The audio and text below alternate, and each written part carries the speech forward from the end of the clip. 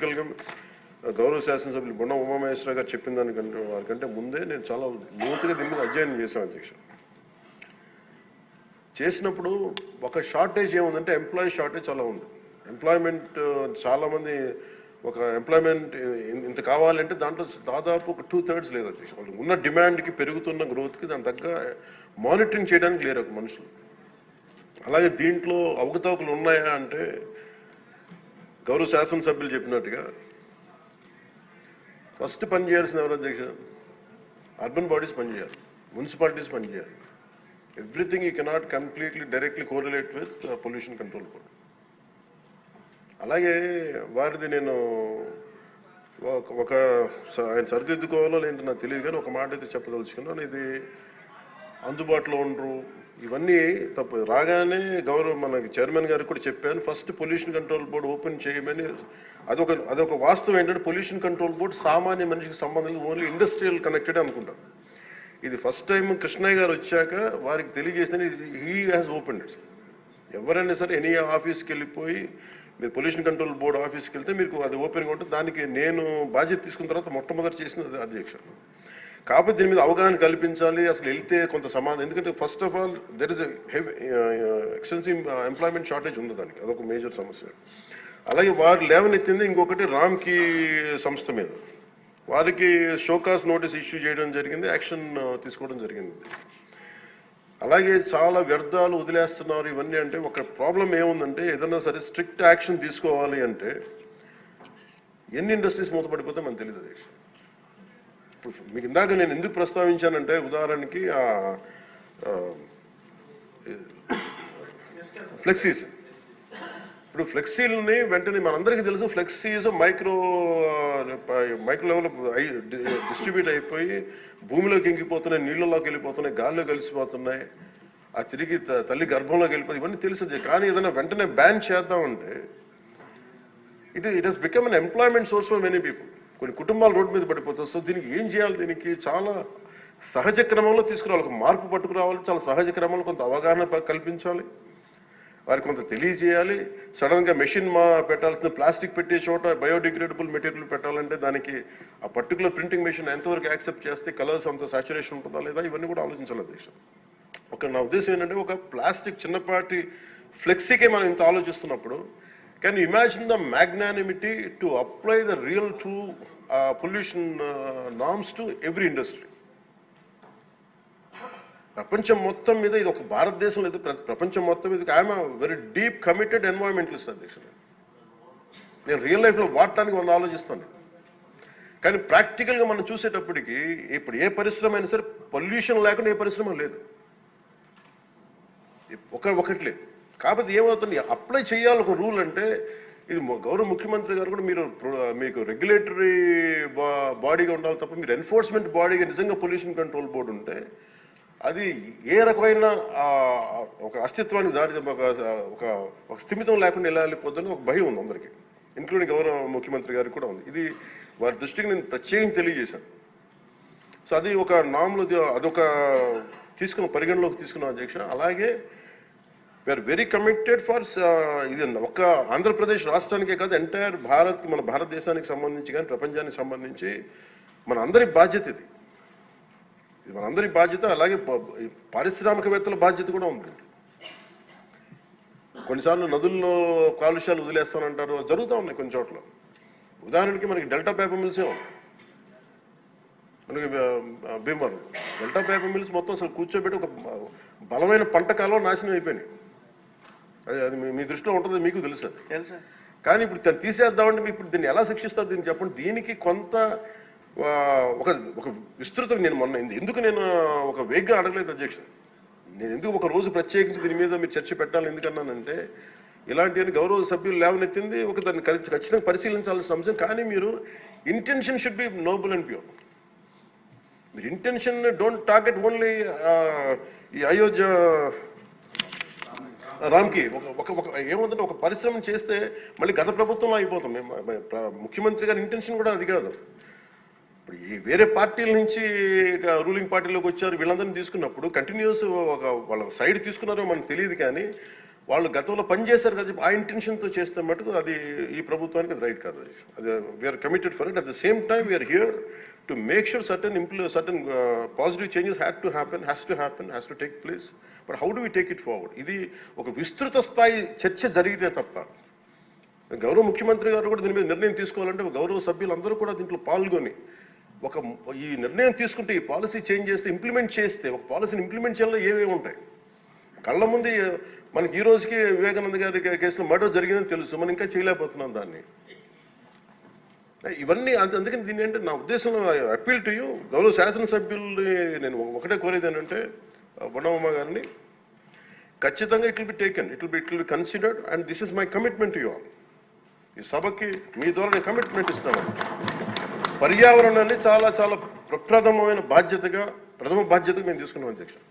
కాకపోతే దీనికి ఏంటంటే ఫండింగ్ ఇవన్నీ ఉన్నాయి. మేము ఫండింగ్ దాటి కూడా చెప్తున్నాం అధ్యక్ష. ఇది ఒక మీరు ఎమోషనల్ కమిట్మెంట్ అనుకోండి, దీన్ని ఒక గుండె లోతుల నుంచి వచ్చిన ఒక స్ఫూర్తితో చెప్తున్నా ఏదన్నా అనుకోండి. ఈరోజు మనకి నిజంగా పర్యావరణాన్ని పరిరక్షించాలంటే అంత నిధులు కూడా లేవు మనకి.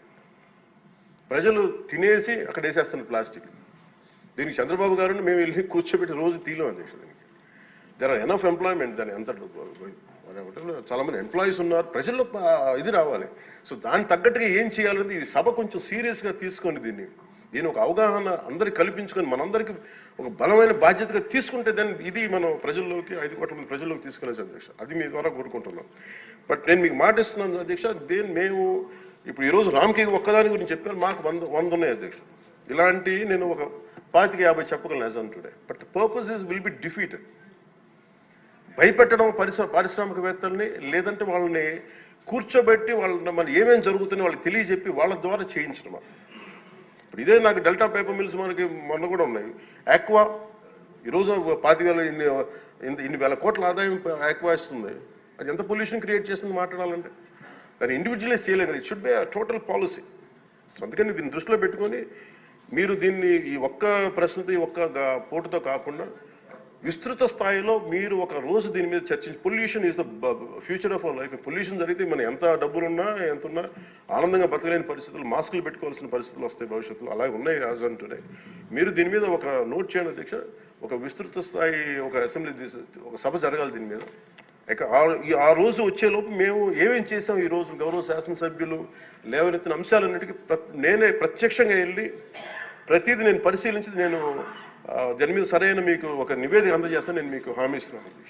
Thank you.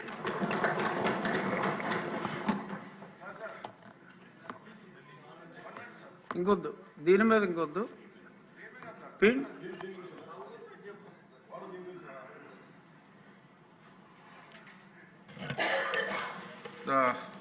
ఇది చాలా ముఖ్యమైన విషయం సార్.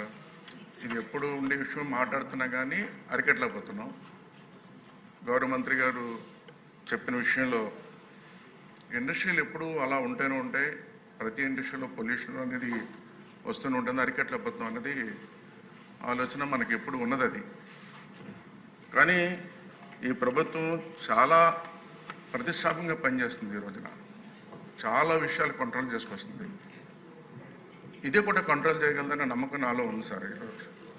ఎందుకంటే ఈరోజు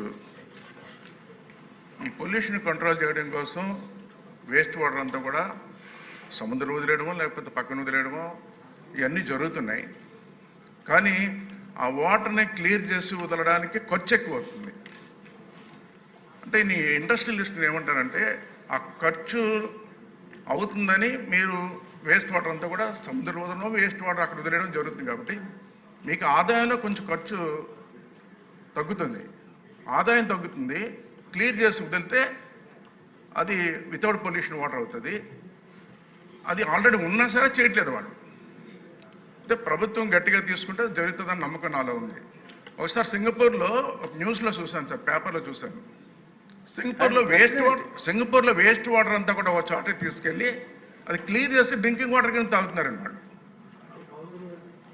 డ్రింకింగ్ వాటర్ కింద తాగుతున్నారండి. ఎలా చేయగలుగుతున్నారు వాళ్ళు? వేస్ట్ వాటర్ మంచినీళ్ళు కింద తాగుతున్నారు వాళ్ళు. అదేవిధంగా చూసుకుంటే చెన్నైలో సముద్ర వాటర్ని తీసుకుని ఉప్పు వాటర్ని మళ్ళీ మంచినీళ్ళు చేసుకుని ఇండస్ట్రీలకు వాడుతున్నారు. ఎలా వాడుతున్నారు వాళ్ళు? అలాగే మన రాష్ట్రంలో ఏదైతే ఇండస్ట్రీలు ఉన్నాయో, వేస్ట్ వాటర్ ఉందో, పొల్యూషన్ అవుతుందో దాన్ని క్లియర్ చేయగలరని నమ్మకం నాలో ఉంది. మంత్రి గారు దాని మీద గట్టిగా చర్యలు తీసుకుంటే ఈ ప్రభుత్వం తప్పనిసరి వితౌట్ పొల్యూషన్ వాటర్ అవుతుందని నా నమ్మకం నాలో ఉందని ఈ సందర్భంగా తెలియజేసుకుంటూ. సార్ దయచేసి ఇంకెవరికి అనుమతి ఇవ్వకండి సార్, అందరూ చేతులు ఎత్తున్నారు. ఓకే సార్, దాని మీద నేను తప్పనిసరిగా వితౌట్ పొల్యూషన్ ఆంధ్రప్రదేశ్ మంది చేయగలుగుతాను నమ్మకం నాలో ఉందని నేను భావిస్తానని సందర్భంగా తెలియజేస్తున్నాను. అదే ఒకరోజు డిస్కషన్ అని ఉప ముఖ్యమంత్రి గారు చెప్పారు కాబట్టి ఈ చేతులు ఎత్తాలన్న ఉత్సాహం ఉన్న వాళ్ళందరికీ అప్పుడు అవకాశం ఇద్దాం సార్ దయచేసి. ఇప్పుడు question number 981 deem to have been answered sir. ఎవరు అడిగిన వాళ్ళు ఎవరు లేరు, పైగా దానికి సమాధానం మంత్రి గారు ఇంత ముందే చెప్పారు. అదే ఇప్పుడు ఈరోజు ఆఖరి ప్రశ్న క్వశ్చన్ నెంబర్ 867. గంటా శ్రీనివాసరావు గారు, మీరు మీ ప్లేస్లో ఫ్రంట్ లేకుండా వెనక్కి వెళ్ళారు. సరే అడగండి ఇంకా మంత్రి గారు.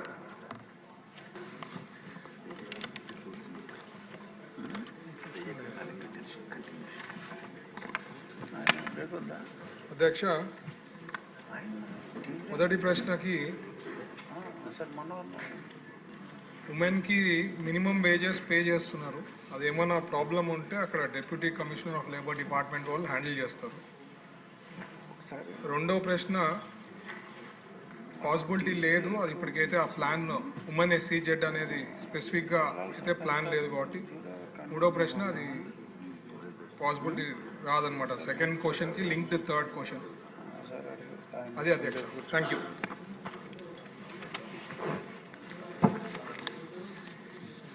శ్రీనివాసరావు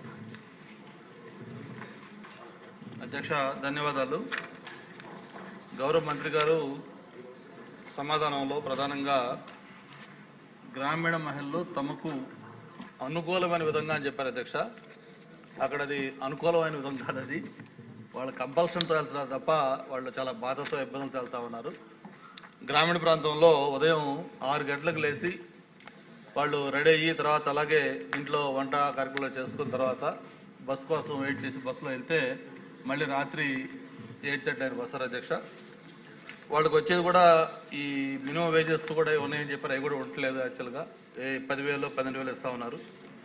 అయితే దీనికి సంబంధించి గతంలో 2014-19లో మన ప్రభుత్వం అధికారంలో ఉండగా అప్పుడు గౌరవ ముఖ్యమంత్రి చంద్రబాబు నాయుడు గారి ఆధ్వర్యంలో ఆయన ఆలోచన ప్రకారం విశాఖలో ఒక మహిళా సెజ్ ఒకటి పెడితే బాగుంటుందని చెప్పి ఈ అలీప్ అనే ఆర్గనైజేషన్ని పిలవడం జరిగింది అధ్యక్ష, అసోసియేషన్ ఫర్ లేడీ ఎంటర్ప్రినర్స్ అని చెప్పని. వాళ్ళు ఆల్రెడీ ఇప్పుడు ఈ తెలంగాణలో ఈ గాజుల రామారం అలాగే ఈ విజయవాడ దగ్గర ఉన్న సూరంపల్లి 2 చోట్ల కూడా వాళ్ళు చేస్తూ ఉన్నారు ఈ సెజ్లు ఎక్స్క్లూజివ్గా మహిళల కోసం. వేలాది మందికి ఉమెన్కి ఎంప్లాయ్మెంట్ ఇస్తూ చాలా చక్కగా పనిచేస్తున్న ఆర్గనైజేషన్ అది. వాళ్ళు కూడా ఆ రోజు వైజాగ్ వచ్చి భీమిలి దగ్గర ఒక 50 ఎకరాలు గిరిజాల దగ్గర చూడటం, దాన్ని గౌరవ ముఖ్యమంత్రి గారు కూడా అంగీకరించడం, అంతా దాన్ని వాళ్ళకి అలాట్ చేసే సమయంలో ఎలక్షన్ కోడ్ వచ్చి ఆగిపోయింది. ఆ తర్వాత వచ్చిన ప్రభుత్వం దాన్ని జగనన్న ఇళ్లకి ఇచ్చి దాన్ని మొత్తం ఇచ్చేశారు. యాక్చువల్గా నిన్న కాక మొన్న గౌరవ ముఖ్యమంత్రి గారు విశాఖపట్నం వెళ్ళినప్పుడు కూడా వైజాగ్ గురించి చెప్పారు స్పెసిఫిక్గా. వైజాగ్ అనేది ఈరోజు మహిళా పారిశ్రామికవేత్తలు హైయెస్ట్ ఉన్న ప్రాంతం. అలాగే మహిళలకి సేఫ్టీ కానీ సెక్యూరిటీ కానీ బాగా ఎక్కువగా ఉన్న నగరాల్లో వైజాగ్ ఫస్ట్ ఉంటుందని చెప్పని ఆయన కూడా చెప్పడం జరిగింది. అందుకే నేను గౌరవ మంత్రి గారి ద్వారా ఒకటే కోరుతా ఉన్నాను, మనకి త్వరలోనే అంతర్జాతీయ విమానాశ్రయం కూడా భోగాపురంలో వస్తూ ఉంది. వైజాగ్ అనేది ఈరోజు ఫాస్ట్ గ్రోయింగ్ సిటీగా ఉంది, ఒక సిటీ ఆఫ్ డెస్టినీగా మీకు కూడా బాగా తెలుసు. అందుకే నేను ఏమేమి కోరుతున్నానంటే ఈరోజు అనేక విషయాల్లో ఆంధ్రప్రదేశ్ అనేది ఒక రోల్ మోడల్గా మనకు ఉంటా ఉంది దేశంలోనే. అటువంటిది ఒక మహిళలకు సంబంధించి కూడా ప్రత్యేకమైన ఒక పారిశ్రామిక వాడ. గౌరవ మంత్రి గారు ఇప్పుడు సెజల్ లేవంటున్నారు, సెజల్ కాబట్టి మీరు పేరు పెట్టండి, బట్ ఎక్స్క్లూజివ్గా ఫర్ మహిళలకి